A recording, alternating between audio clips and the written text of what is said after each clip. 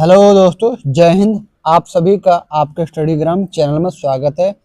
तो हम लोग घटना चक्र पढ़ रहे हैं और घटना चक्र में भारत का भूगोल पढ़ रहे हैं और उसमें जो कृषि के बारे में पढ़ रहे हैं। तो आज हम लोग हरित क्रांति के बारे में पढ़ेंगे। तो चलिए शुरू करते हैं। इसके पहले तक जितने भी टॉपिक्स हैं या जितने भी टॉपिक चैप्टर हैं वो सारे हो चुके हैं, प्ले लिस्ट में हैं, आप लोग जाकर देख सकते हैं। साथ ही हिस्ट्री का भी चल रहा है घटना चक्र का, और आपका सामान्य विज्ञान का भी चल रहा है, और आपका भारतीय संविधान एवं राज्य व्यवस्था भी चल रहा है। तो प्ले लिस्ट में है, आप लोग जाकर देख सकते हैं। तो चलिए, और भी चीज़ें चल रही है, आप लोग प्ले लिस्ट में जाकर देखिए। तो हम लोग शुरू करते हैं बिना देरी किए हुए। नोट्स देखते हैं। नोट्स में विश्व में हरित क्रांति का जनक नॉर्मन अर्नेस्ट बोरलॉग को माना जाता है। तो यहाँ पर सवाल लिख कर लीजिए कि विश्व में हरित क्रांति के जनक किसे माना जाता है। तो नॉर्मन अर्नेस्ट बोरलॉग को माना जाता है। इनका जन्म जो 25 मार्च 1914 को संयुक्त राज्य अमेरिका के आयोवा राज्य में हुआ था। तो यहाँ पर भी सवाल कर लीजिए, क्वेश्चन करते जाइए, क्योंकि एग्जाम में क्वेश्चंस आपसे पूछते हैं।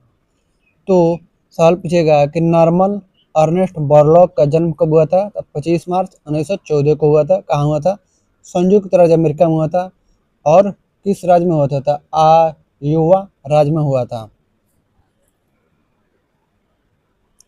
मेक्सिको उनका कर्म क्षेत्र रहा है। उनके द्वारा विकसित गेहूं की उच्च उत्पादकता वाली प्रजातियों से भारत, पाकिस्तान, मेक्सिको सहित अनेक देशों में गेहूं का उत्पादन दोगुना हो गया। बोरलॉग विश्व के उन चुनिंदा व्यक्तियों में शामिल है जिन्हें नोबेल शांति पुरस्कार, अमेरिकी राष्ट्रपति का प्रेसिडेंशियल मेडल ऑफ फ्रीडम तथा कांग्रेसनल गोल्ड मेडल तीनों ही प्राप्त हुए हैं। बोरलॉग को वर्ष 2006 में भारत के पद्म विभूषण सम्मान भी प्रदान किया गया। अगला देखते हैं। भारत में हरित क्रांति के पिता, father of the green revolution, doctor M S Swaminathan को माना जाता है। तो सवाल यहाँ पर कर लीजिए कि क्वेश्चन कि भारत में हरित क्रांति का पिता यानी फादर ऑफ ग्रीन रिवॉल्यूशन किसको माना जाता है। तो डॉक्टर एम एस स्वामीनाथन को माना जाता है। इनके नेतृत्व में सफलतापूर्वक भारत में गेहूं के उच्च उत्पादक प्रजातियों का विकास किया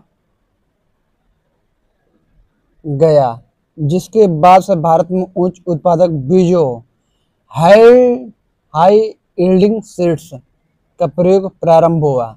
इसके अतिरिक्त उर्वरकों का अधिक प्रयोग एवं सिंचाई सुविधाओं के पर्याप्त विकास पर विशेष बल दिया गया। भारत में उन्नत बीजों के प्रयोग के कार्यक्रम HYVP की शुरुआत संयुक्त राज्य अमेरिका आधारित रॉकफेलर फाउंडेशन के सहयोग से की गई।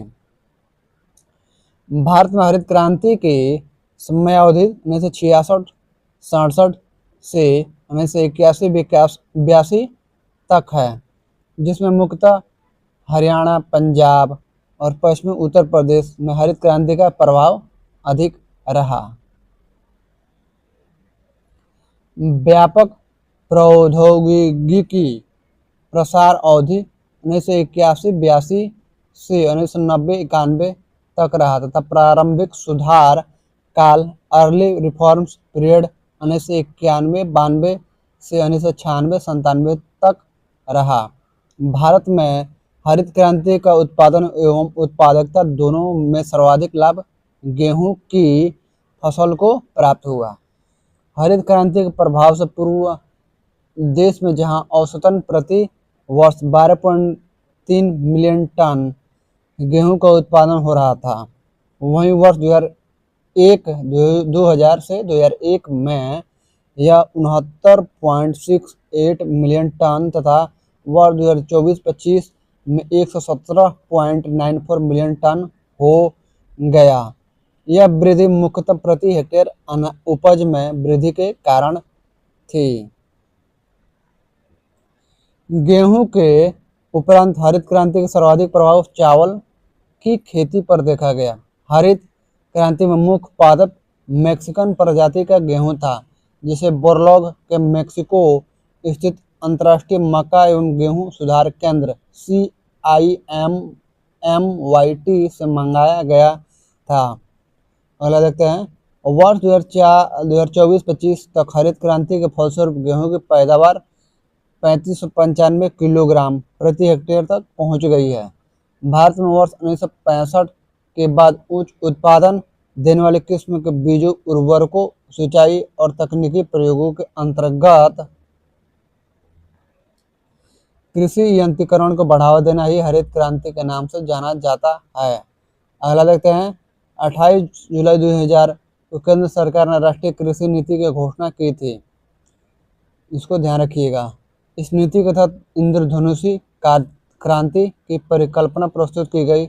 इसके अंतर्गत प्रत्यक्ष या अप्रत्यक्ष रूप से कृषि क्षेत्र से संबंधित सभी क्रांतियों को शामिल किया गया।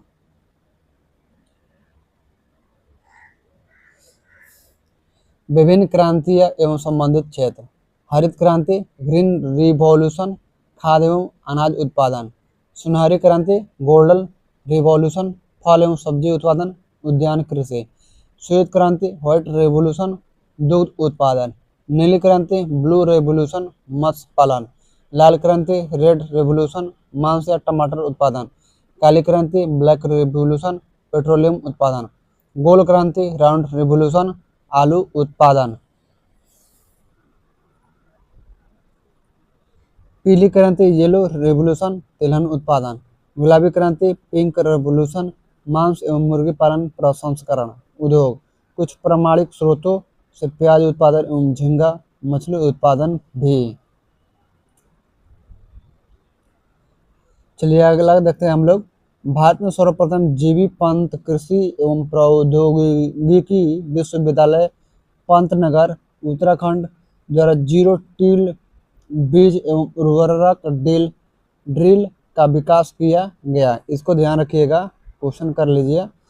ठीक है, कि भारत में सर्वप्रथम जीबी पंत कृषि एवं प्रौद्योगिकी विश्वविद्यालय पंतनगर, कहाँ है तो पंतनगर उत्तराखंड में है, जिसके द्वारा जीरो टिल बीज एवं उर्वरक ड्रिल का विकास किया गया।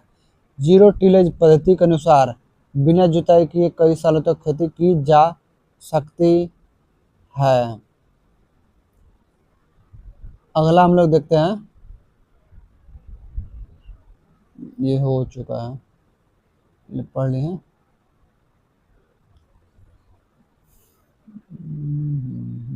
चलिए यहाँ से क्वेश्चन शुरू होता है। प्रश्न कोश का पहला सवाल शुरू होता है आपके मोबाइल स्क्रीन पर, ये रहा, ध्यान से पढ़िएगा। हरित क्रांति नई कृषि व्यूह रचना का परिणाम थी जो 20वीं सदी में प्रारंभ की गई थी।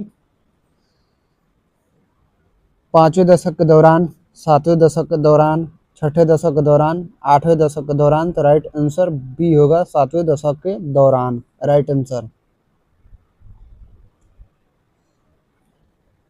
हरित क्रांति 20वीं सदी के 6ठे दशक के दौरान वर्ष 1966-67 से प्रारंभ हुई, जो वर्ष 1981-82 तक चला। इसका परिणाम 1970 के दशक की शुरुआत से देखने को मिला। इस समयावधि में हरित क्रांति का अधिक प्रभाव हरियाणा, पंजाब, पश्चिमी उत्तर प्रदेश आदि राज्यों में दिखाई पड़ा। 2 नंबर, सदाबहार क्रांति भारत में कृषि उत्पादन बढ़ाने के लिए प्रयोग में लाई गई। तो राइट आंसर होगा नॉर्मन बोरलॉग द्वारा, MS स्वामीनाथन द्वारा, राज कृष्णा द्वारा, RKB राव द्वारा। तो राइट आंसर बी होगा, MS स्वामीनाथन द्वारा। डॉक्टर स्वामीनाथन ने द्वितीय हरित क्रांति अथवा सदाबहार क्रांति का भारत में कृषि उत्पादन बढ़ाने में प्रयोग किया।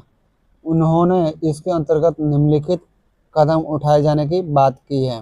पहला, मृदा स्वास्थ्य उन्नयन के लिए रासायनिक खाद के साथ साथ जैविक व कंपोस्ट खाद का उपयोग किया जाना।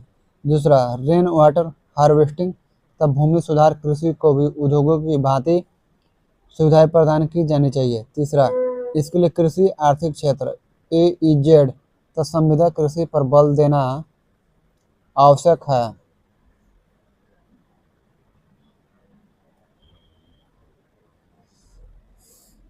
3 नंबर, नॉर्मन अर्नेस्ट बोरलॉग, जो हरित क्रांति के जनक माने जाते हैं, किस देश से हैं? ये संयुक्त राज्य अमेरिका से, मेक्सिको से, ऑस्ट्रेलिया से, न्यूजीलैंड से। राइट आंसर ए, संयुक्त राज्य अमेरिका से है। नॉर्मन अर्नेस्ट बोरलॉग, जो हरित क्रांति के जनक माना जाते हैं, का जन्म 25 मार्च 1914 को संयुक्त राज्य अमेरिका की आयोवा प्रांत में हुआ था। मेक्सिको उनका कर्म क्षेत्र रहा है। बोरलॉग विश्व के उन चुनिंदा व्यक्तियों में शामिल हैं जिन्हें नोबेल शांति पुरस्कार, अमेरिकी राष्ट्रपति का प्रेसिडेंशियल मेडल ऑफ फ्रीडम तथा कांग्रेसनल गोल्ड मेडल तीनों पुरस्कार प्राप्त हुए हैं। बोरलॉग को वर्ष 2006 में भारत के पद्म विभूषण सम्मान भी प्रदान किया गया। 4 नंबर, विश्व में हरित क्रांति के जनक है। Norman E Borlaug, MS Swaminathan, GS Ghosh, BP Pal. Right answer A होगा, नॉर्मन ई बोरलॉग है। 5 नंबर, हरित क्रांति से गहरा संबंध रहा है। डॉक्टर स्वामीनाथन का, B डॉक्टर कुरियन का, C सुब्रमण्यम का, डॉक्टर अब्दुल कलाम का। राइट आंसर ए होगा, डॉक्टर स्वामीनाथन का। भारत में हरित क्रांति के पिता, father of the green revolution, doctor MS Swaminathan को माना जाता है। 6 नंबर, हरित क्रांति से अभिप्राय है हरी खाद का प्रयोग, अधिक फसल उगाना, उच्च उत्पाद वैरायटी प्रोग्राम, हरी वनस्पति। राइट आंसर सी होगा, उच्च उत्पाद वैरायटी प्रोग्राम। भारत में हरित क्रांति का प्रारंभ वर्ष 1966-67 से माना जाता है, जब भारत में उच्च उत्पादक बीजों हाई यील्डिंग सीड्स का प्रयोग प्रारंभ हुआ। इसके अतिरिक्त उर्वरकों का अधिक प्रयोग एवं सिंचाई सुविधाओं के पर्याप्त विकास पर विशेष बल दिया गया। भारत में उन्नत बीजों के प्रयोग के कार्यक्रम HYBP की शुरुआत संयुक्त राज्य अमेरिका आधारित रॉकफेलर फाउंडेशन के सहयोग से की गई। 7 नंबर, निम्न में से कौन सा एक 20वीं सदी के 60वें दशक के अंतिम दौर की हरित क्रांति की प्रकृति का सबसे उचित वर्णन करता है? हरी सब्जियों की अत्यधिक खेती, गहन कृषि जिला कार्यक्रम। अगला देखते हैं हम लोग, उच्च उपज किस्म कार्यक्रम। तो सी होगा, उच्च उपज किस्म कार्यक्रम। डी भी देखते हैं, बीज उर्वरक जल तकनीकी। ई उपरोक्त में से कोई नहीं, उपरोक्त में से एक से अधिक। राइट आंसर सी है, उच्च उपज किस्म कार्यक्रम।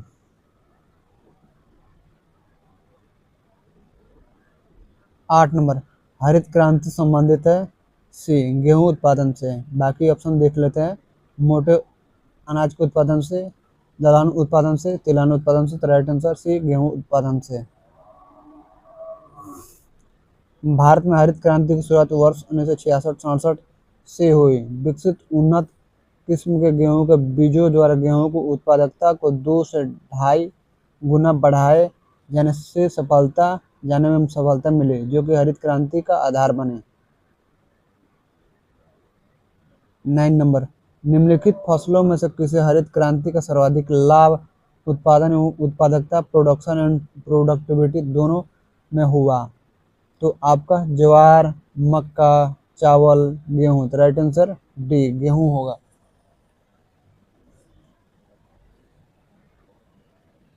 भारत में हरित क्रांति का उत्पादन एवं उत्पादकता दोनों में सर्वाधिक लाभ गेहूं की फसल को प्राप्त हुआ। 10 नंबर, हरित क्रांति का प्रभाव किसको उत्पादन में सबसे अधिक महसूस किया गया? तिलहन में, गेहूं में, गन्ना में, दालें में। तो राइट आंसर बी गेहूं में।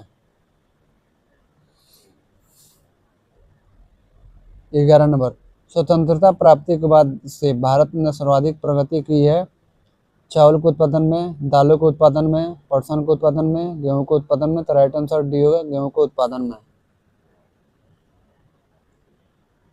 भारत को 15 अगस्त 1947 को स्वतंत्रता प्राप्त हुई। उसके पश्चात वर्ष 1966-67 में हरित क्रांति का आगमन हुआ। हरित क्रांति के आगमन के पश्चात भारत ने सर्वाधिक प्राप्ति प्रगति गेहूं के उत्पादन में की है, अतः विकल्प डी सही उत्तर है।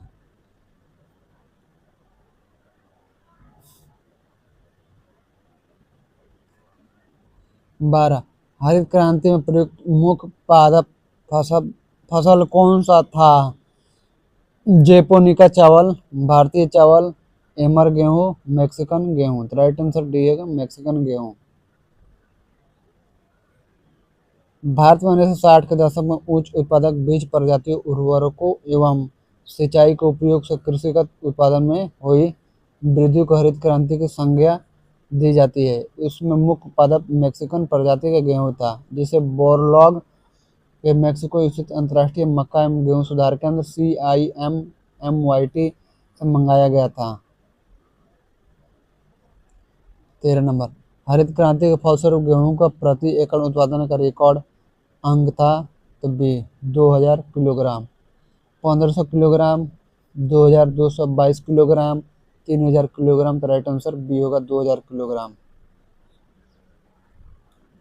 हरित क्रांति के फलस्वरूप गेहूं के प्रति एकड़ 2000 किलोग्राम का रिकॉर्ड उत्पादन पहले से लगभग 3 गुना हो सका था। वर्ष 2024-25 तक हरित क्रांति के फलस्वरूप गेहूं की पैदावार 3595 किलोग्राम प्रति हेक्टेयर तक पहुंच गई है।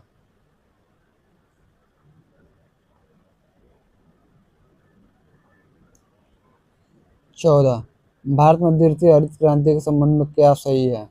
पहला, इसका लक्ष्य हरित क्रांति से पूर्व में लाभान्वित हो चुके क्षेत्रों में गेहूं और चावल के उत्पादन में और वृद्धि करना है। दूसरा, इसका लक्ष्य हरित क्रांति से अब तक लाभान्वित न हो सकने वाले क्षेत्रों में बीज, पानी, उर्वरक तकनीक का विस्तार करना है। तीसरा, इसका लक्ष्य हरित क्रांति के प्रारंभ में प्रयुक्त हो चुकी फसलों को छोड़कर अन्य फसलों के उत्पादन में वृद्धि करना है।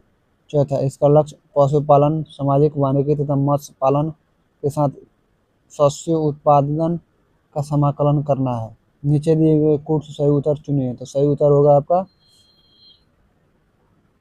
2 और 4 सही होगा, 1 और 3 गलत होगा। तो राइट आंसर सी होगा, 2 और 4।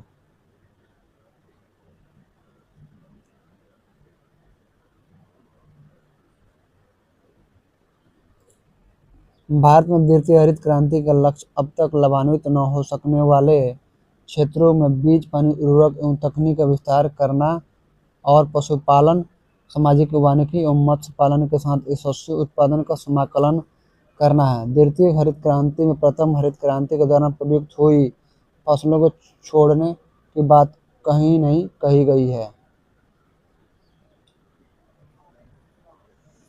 15 दिए गए कोड की सहायता से हरित क्रांति घटक को चुनिए। पहला, उच्च उत्पादन देने वाली किस्मों के बीज। दूसरा, सिंचाई। तीसरा, ग्रामीण विद्युतीकरण। चौथा, ग्रामीण सड़कें और विपणन। तो आपका इधर होगा, मिलान करना है। तो कोड जो है ये सही है, यानी कि आपका 1 और 2 सही है, बाकी 3 और 4 गलत हैं। तो राइट आंसर केवल 1 और 2 सही है, बाकी सभी सही नहीं है।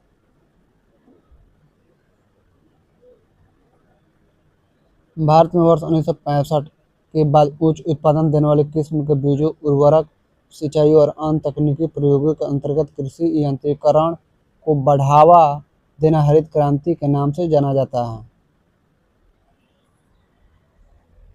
16 कथन ए, भारत में हरित क्रांति के फलस्वरूप खदानों के उत्पादन में वृद्धि हुई है। भारत में हरित क्रांति के फलस्वरूप खदानों के उत्पादन में वृद्धि हुई है। कारण आर, भारत में हरित क्रांति के परिणाम स्वरूप क्षेत्रीय असमानताओं में वृद्धि हुई है। तो राइट आंसर होगा, ए भी सही है, आर भी सही है, लेकिन आर जो है ए की सही व्याख्या नहीं है, तो इसलिए राइट आंसर ए होगा। ए और आर दोनों सही है, परंतु आर ए की सही व्याख्या नहीं करता है, बाकी सभी गलत है।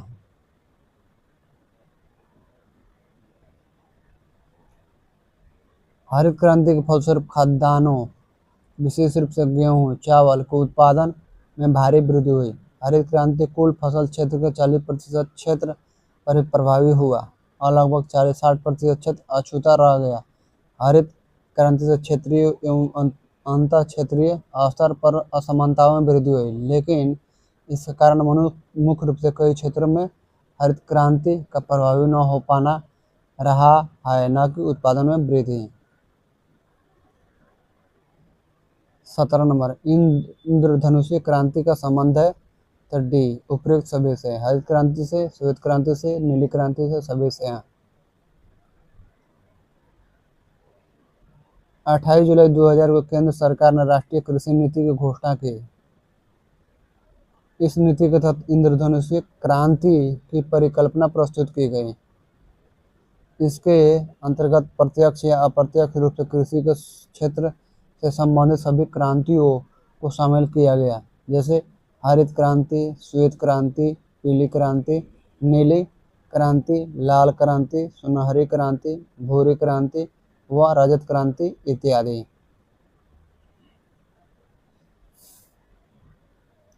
18 नंबर, सूची 1 को सूची 2 से सम्मिलित कीजिए तथा नीचे दिए गए कूट से सही उत्तर चुनिए। सूची 1, सूची 2। खाद्य उत्पादन में वृद्धि तो हरित क्रांति हो जाएगा, दुग्ध उत्पादन श्वेत क्रांति हो जाएगा, मत्स्य पालन जो हो जाएगा आपका हो जाएगा नीली क्रांति हो जाएगा और उर्वरक भूरी क्रांति हो जाएगा। तो ए का 1, बी का 3 और सी का 2 और डी का 4। तो राइट आंसर चलिए देखते हैं क्या होगा। तो राइट आंसर होगा आपका ए होगा, ए का 1, बी का 3, सी का 2 और डी का 4 था। सूची 1 तथा सूची 2 को सम्मेलन निम्न होता है। खाद्य और अनाज उत्पादन वृद्धि हरित क्रांति, दुग्ध उत्पादन श्वेत क्रांति, मत्स्य पालन नीली क्रांति, उर्वरक भूरी क्रांति। 19 नंबर, गुलाबी क्रांति संबंधित है डी प्याज से संबंधित है, बाकी सभी जो है गलत है। गुलाबी क्रांति का संबंध प्याज उत्पादन से है। अन्य प्रमुख क्रांतियां तथा उनके उत्पादन इस प्रकार है। काली क्रांति पेट्रोलियम कच्चा तेल उत्पादन, नीली क्रांति मत्स्य उत्पादन, हरित क्रांति खाद्यान्न उत्पादन, लाल क्रांति मांस और टमाटर उत्पादन, पीली क्रांति तिलहन उत्पादन। 20 नंबर, काली क्रांति संबंधित है सी कच्चा तेल उत्पादन से, बाकी सभी गलत है।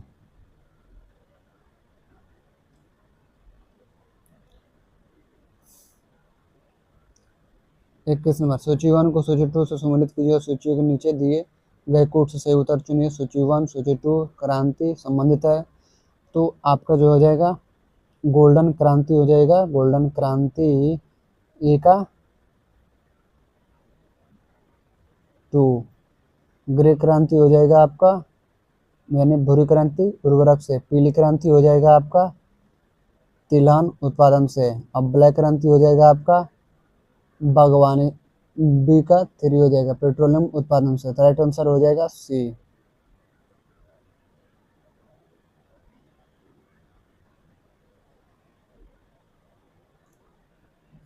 गोल्डन क्रांति बागवानी एवं शहद उत्पादन से, ग्रे क्रांति उर्वरक उत्पादन से, पीली क्रांति तिलहन उत्पादन से तथा काली यानी ब्लैक क्रांति पेट्रोलियम उत्पादन से संबंधित है। 22, निम्नलिखित में कौन सम्मिलित नहीं है?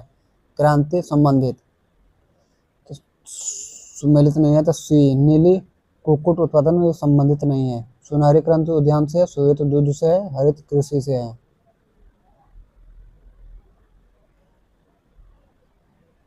सुनहरी क्रांति का संबंध उद्यान से है, श्वेत क्रांति का संबंध दूध उत्पादन से, हरित क्रांति का संबंध कृषि फसलों के उत्पादन से है, जबकि नीली क्रांति कुक्कुट पालन नहीं बल्कि मत्स्य उत्पादन से संबंधित है।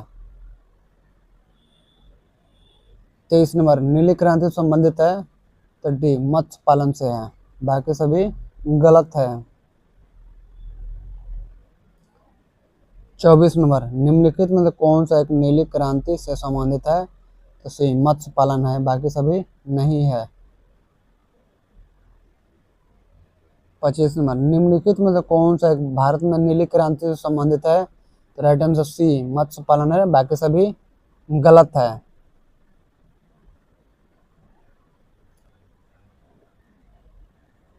26 नंबर सवाल देखिए, निम्नलिखित में से क्या भारत में नीली क्रांति से संबंधित है? तो राइट आंसर सी, मत्स्य पालन है, बाकी सभी गलत है। भारत में नीली क्रांति ब्लू रिवॉल्यूशन मत्स्य पालन से संबंधित है।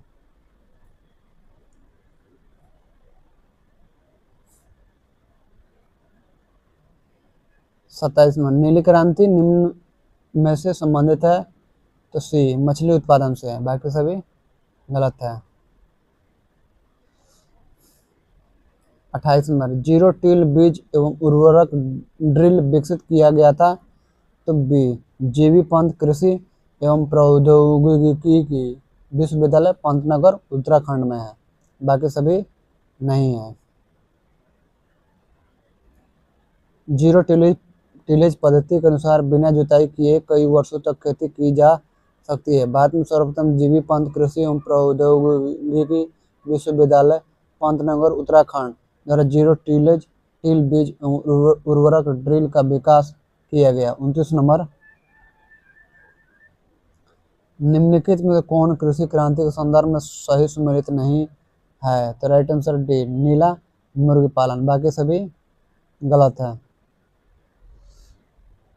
प्रश्न में दिए गए विकल्पों में से नीला शब्द नीली क्रांति का सूचक है जो प्रतीकात्मक रूप से मत्स्य पालन से संबंधित है, न कि मुर्गी पालन से, जबकि अन्य विकल्प सुमेलित हैं। 30 नंबर, निम्न में से कौन सी एक फसल व्यापारिक नहीं है? राइट आंसर डी, बाजरा, बाकी सभी बाजरा नहीं पूछा है तो नहीं है, तो बाजरा है। फसल व्यापारिक नहीं है तो बाजरा व्यापारिक नहीं, बाकी सभी व्यापारिक है। दिए गए फसलों में बाजरा व्यापारिक फसल नहीं है, वहीं तुलनात्मक दृष्टि से गन्ना, कपास, केला व्यापारिक फसलों की श्रेणी में आते हैं, तो इन्हें नकदी फसल, कैश फसल भी कहा जाता है। ध्यातव्य रहे कि कृषि के वाणिज्यीकरण का स्तर विभिन्न प्रदेशों में अलग अलग है। उदाहरण के लिए हरियाणा और पंजाब में चावल वाणिज्य फसल है, परंतु उड़ीसा में एक जीविका फसल है। इसी के साथ से हरित क्रांति खत्म हो गया। अब हम लोग पढ़ेंगे खाद्यान्न फसलों के बारे में, और उसमें टॉपिक है पहला रबी की फसलें, इसके बारे में पढ़ेंगे।